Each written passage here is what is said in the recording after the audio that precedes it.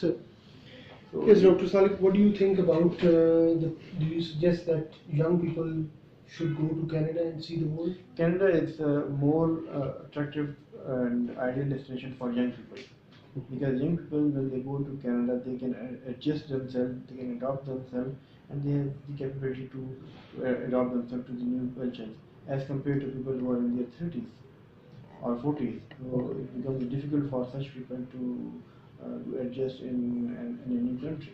But young people, definitely they have good opportunities, and the government is particularly now focused on young people, particularly the students. Their current plan is to accept more students, train them in Canada, so that they can become good Canadians in future. What is the good profession? Because as a young person, I was 20 years old, I traveled to England. So what do you think about the young people? What is, because they were desperate to make money, they got too much needs, blah blah blah, they want to do so many things. So what do you suggest, as you are a very good career counselor? So what do you suggest as a young person? What profession you tell him, okay, go in that and you will be good? No, I don't tell them to go in for any profession. I tell them Okay. what do you want. If you Okay. want to do even a minor thing, but if you become expert in that, you will be master in that, and you will be able to make good bread and butter in that. Alright. It wholly depends on your choice, what you want to do and what you want to study and what you want to practice. Like I started my career as a lecturer. I studied biology in masters. I started career as a lecturer, and from lecturer to career counselor, and now I enjoy my work as an immigration professional. And I you're had so never successful. thought, and I love my profession. Yeah. I love my profession. Every day. Yeah. You happy? I'm happy with my profession. Night Yes. sleep. Yes. No regrets. No regrets. That's right. This is what I love. I have passion for the immigration profession. So my nature brought me to this profession, and this is what I love. Because Mr. Salih, when I see your face, believe me, I feel a very calm man. You know, like a yoga person who do a lot of yoga and a very relaxed person. So what do you say about that? How do you feel? Your impression so relaxed? And Like I keep my head cool. okay. Yeah, and Because it's this very, is the very few Alhamdulillah, people. this is the confidence which has been built in this whole my professional career. I wasn't so confident in the beginning, but definitely, yeah, Alhamdulillah, I'm in Canada. I'm enjoying my reputation. I did hard work, definitely. You must say, I started my professional career from the scratch. I started my business from the scratch, and today I have 6 offices. So this is Alhamdulillah, by the grace of Allah, prayers of my mother, and my hard work. Definitely, it's a combination basically. And what do you think about the doctors and the engineers and these so-called big professions? The people. Definitely, these are competitive professions there in Canada. Doctors, yeah, definitely, yeah, there is demand for doctors there, but unfortunately, doctors have to undergo and pass through a very hectic and very rigorous training, exams and then training, and after that they become doctors. There are so many doctors. My family doctor is a Pakistani doctor from Karachi, and there are so many doctors from Pakistan, but they did their licensing in Canada in their young age. Canada is a country where the employer doesn't accept or doesn't want to accept people who are in their late 30s or 40s. Okay. That is, if people go to Canada in their late 30s or 40s, it becomes difficult for them to find a job. Ultimately, they have to either they say they couldn't find a job, there are no jobs in Canada, or they resort to a business. So, the employment law is so tough in Canada that because of which employers are hesitant in hiring people, and they only hire people who have full skill and they can do the work and they are fully trained for that. You get opportunities there in Canada. There are opportunities. The government trains the people, the new immigrants. There are huge funding basically for the new immigrants. Whenever a new immigrant comes to Canada, they get training at the settlement. There are settlement organizations funded by the government. So in the settlement organizations, there are career counselors available there. They help people how to draft a CV. They help people how to appear in the interview. I myself went lot of such training for about 6 months. And after that, I got a very good idea about, although I was not doing those from the job perspective, but from a learning perspective, because I can counselor, that's why I wanted to learn the things from of that society. And because of that, I was chosen as a mentor by the Toronto Toronto Region Immigrant Employment Council. Okay. I'm a mentor for new immigrants Alright. to help them how to settle down. I was chosen for that because of my skills. So the government puts in a lot of money so that people can get into the job market. They help people, they train people in their respective trades, Excellent. and after that, after the training, they get the internship opportunity. I would quote like my wife, she did a training, 6 weeks training, and then she got internship in a bank. So she was out of the whole batch, only two students they were selected by the bank. Bank offered them paid training for 6 months, 6 weeks, and after 6 weeks their job was permanent. Excellent. This is the pathway. Pathway. Don't expect that you will There's land no in Canada shortcut. and you will get a very high profile job. No, you have to undergo training. You have to undergo the co-op program. The co-op is cooperative or internship program. Okay. And during that internship program, the employer judges you how good you are. What is your attitude? Are you flexible or not? Alright. There are a lot of things. This is called soft skills in Canada. Okay. If you have soft skills and you are adopted to Canada, then the employer will pick you and you can work in Canada. Because I see the Canadian people, they are very soft in talk. Exactly. They're not harsh, Yeah, exactly. and like They're law abiding.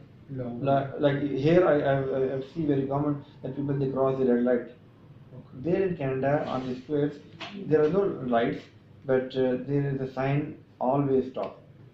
Everybody who comes in the square stops, dead stop, 0 speed, and whosoever arrives first in the square, he moves first. So this is the thing. No one is there, no policeman is there, no camera is there, but they follow that law. They stop the car, dead stop, and they see if the other person has come first, then he will go first. I will go second. Whosoever comes first, he will go. And this is very common pattern. This is the following the law. This you don't find this that thing here. And Mr. Salek, what do you think about a child who is born in Canada and the other is brother or sister? They born in Pakistan, and like my family, majority of the family, the kids, they born in Pakistan and then they born in England. The two different people, they think differently. Why do you think so? What is Because of the grooming, because of the education system. In Pakistan, the education system is still followed by the old system introduced by Lord Macaulay in 1852. That system Britishers introduced so that they have babus hai. They needed babus at that time. That's why they introduced the education system. Alright, okay. So this same system is being followed. Okay. Okay, they are creating babus. Although now some private schools they are emerging and they are making some people, educated people. In Canada, I must say they are producing leaders. Leaders. Like I will give you an example. My younger daughter, she started her schooling there from kindergarten. Okay. So normally in Pakistan, when the child goes to school on the first day, he or she start ABC 1 2 3 or alphabet. There, on the first day, she was taught how to write her name. She was not aware of ABC, but she was taught how to write her name.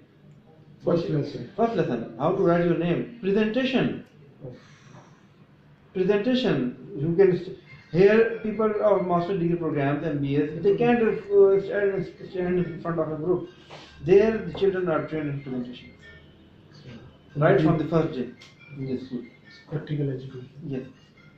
They become leaders. So from that thing, when a person can present himself, they become leaders.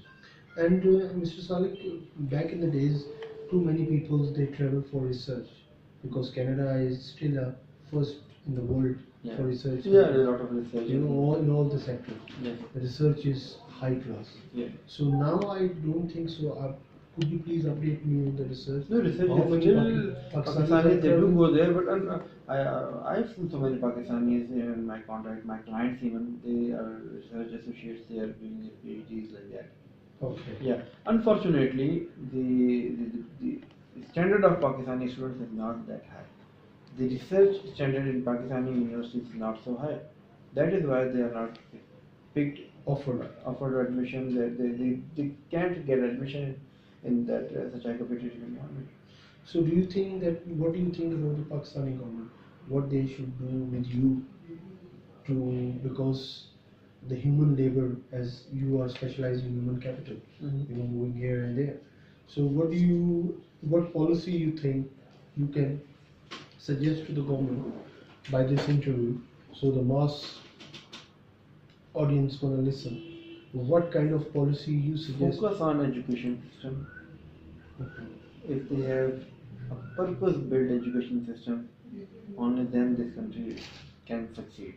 And what do you mean by purpose built? Purpose built, that what is the purpose of our education? Okay. Are we producing babus? Are we producing ordinary men, or are we producing leaders? Okay. So this should be the objective. As you know, Government should have a plan. yes, Mr. Salik, as you know, that China is the biggest. Hopefully, in 5-6 years, that's going to be the biggest economy in the world. Yeah. After America. And what do you think? Is the China has got an influence on Canada as well? Are the industries shutting down? China, no, not economically, but definitely Chinese people, they are moving to Canada. Okay. China is one of the leading countries from where people are coming to Canada. There was a consultant in China. He brought 2,200 investor applications, and each application is of this much pile. This is one application, and 100 such applications. He chartered a plane. He took the application from China to Canada. 2,200 investor applications. So China is one of the leading source countries. People from China, they are coming to Canada. And do you think about the consumer goods? Are they being manufactured by China in Canada? Yeah, a lot of things. They are Chinese as well. Okay. They are from different countries, from Bangladesh, from India. Not from Pakistan. They are from Pakistan as well. And what about the food? Pakistani is exporting. Yes, lot of Pakistani. Every kind of food which is available in the general store here, they are available there. Okay. Yeah. And Mr. Salik, what do you think about the Canadians? How the Canada people, they can come here and do businesses, or what do you think? Why don't these guys come here? And like I am a Canadian. I have done my investment here. Okay. I have opened an office. Of course. My investment. So I have come here and I have done my investment and I have started my business here. So yes, Canadians, they do come, but if there are some lucrative projects, I mean then. And do you think in future, what is the future you expect? Because what do you think about accounting point of view? What do you think the world gonna be like on a globe now? We're living on an internet. People can see everything. They can communicate with WhatsApp and so many gadgets. So what do you think about the future? Is this immigration business going to be on? Yes, because there are different factors. West has a limited population. Like Canada has its population, most of its population is aging population. 30% up to 30% population in most of the provinces is already retired population, over 65. Okay. Another 30% of the Canadian population is between 55 to 65. They are about to retire. Alright. So about 2/3 of the population is going to be out of the workforce, or it's already out of, or going to be out of. So in order to fulfill that gap, they are inviting more people. Recently, in their annual immigration plan, last month, Minister of Immigration announced that they are going to Canada is going to accept 1 million people in next 3 years. Alright, would you please explain this news, because this is a breaking news? Yeah, this is definitely the Minister of Immigration introduced in his There's an annual immigration plan, meeting immigration report basically, which is by law submitted in the first week of November. So approximately 1 million people gonna get 1 immigration. million people will get permanent residence of Canada in next 3 years. So this shows that Canada is accepting more people than before. Previously, it used to be around 2.5 lakhs per year, Okay. which is one. Normally, the immigration targets are 1% of the total population. That is the formula. Yeah, that is the formula. 1%. Previously, in last several years, it used to be about 2.5 lakhs. And what about the Pakistani figure? Have you got in your hand anything with how I many? don't have any figure at the moment from Pakistan, but Pakistani people, there's no exact number of Pakistani people, but Is the students are more than the economic migration, or the economic migration is more economic than? is I don't have exact figures, Okay. but students might be more, but economic skill immigration is definitely, Skilled immigration. yeah, economic immigration. Yeah. And I'm going to ask you some political questions now, if you don't mind. That recently, from the borders, from America, people who have been refused, they are traveling to Canada. Yeah. And Canadian people are there very good, they are welcoming them. Yeah. But on the other hand, they said that we're not going to give you any guarantee that you will get. That is always, this is the standard statement in Canada. They cannot give any guarantee because they have the applicants, they have to go through a process. They have to submit an application and they have to satisfy the officer that they fulfill the criteria, the criteria of an asylum or the refugee category. So when they are welcome, Canadian asylum law is very flexible. Refugee and asylum law is very flexible. Whosoever has a genuine claim, they are given permanent residence of Canada. All right. And Mr. Salik, what do you think about the current situation of the Canada political? Can you update on that? Canada is stable economy, stable politically. There are elections every 4 years. And there is no issues, no problems. No problems. Okay. Like here. Yeah, of course. There are no problems like here. Yeah, it is a stable And economy. investment growth is good for the investors. They can multiply their money quickly. Definitely. Okay. And it's no problem. You can take your investment over there. Yes, yes, we are promoting business immigration from Pakistan to Canada. We are helping people who are entrepreneur here or who have money and management experience to come to Canada. There are a lot of programs for entrepreneurs to come to Canada and start their business there.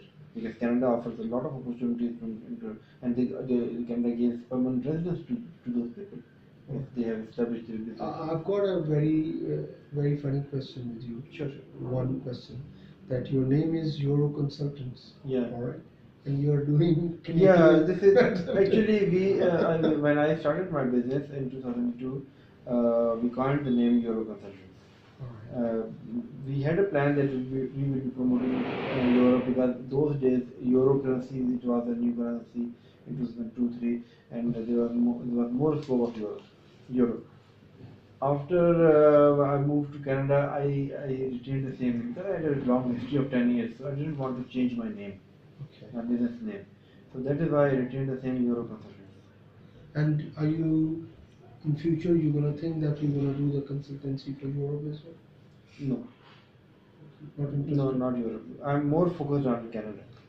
On Canada. On Canada. And do you think you're gonna go to South Asian more countries like Bangladesh, like different countries, India, and all these? I do have clients, international clients. Yes. Pakistan, Pakistan is my country. I do get clients from Pakistan. I have offices in Pakistan. But due to the social media, I am very. You would have browsed me. I'm present on social media as well. Yes. So people from India, from Bangladesh, from other countries. Sri Lanka and all. Yes, they contact me, and I have a lot of successful clients from all over the world. I have clients from South America. I have clients from Australia, from Europe, from UK, from Asia. Excellent. Yeah. And we are very thankful to you Thank you as a very much. Pakistani national that you contributing a lot to this country, and any message you want to give to the politicians, they can do anything for you, which you feel that it should be done. We give the message to them. Yeah, like being a Pakistani, I have remained in the system. I was a student here. I was born here. I studied here. I made my career here. So the main deficiency which I found is the education system. I request all the politicians, the policy makers to focus on the education system, make a policy for this country so that the coming generations they can get benefit of this. Once the education is strong, definitely Pakistan is going to be good. Thanks. Thank you, sir. Thank you. It was lovely to meet you. Thank you very much. Thank you, sir. Thank you. Thank you.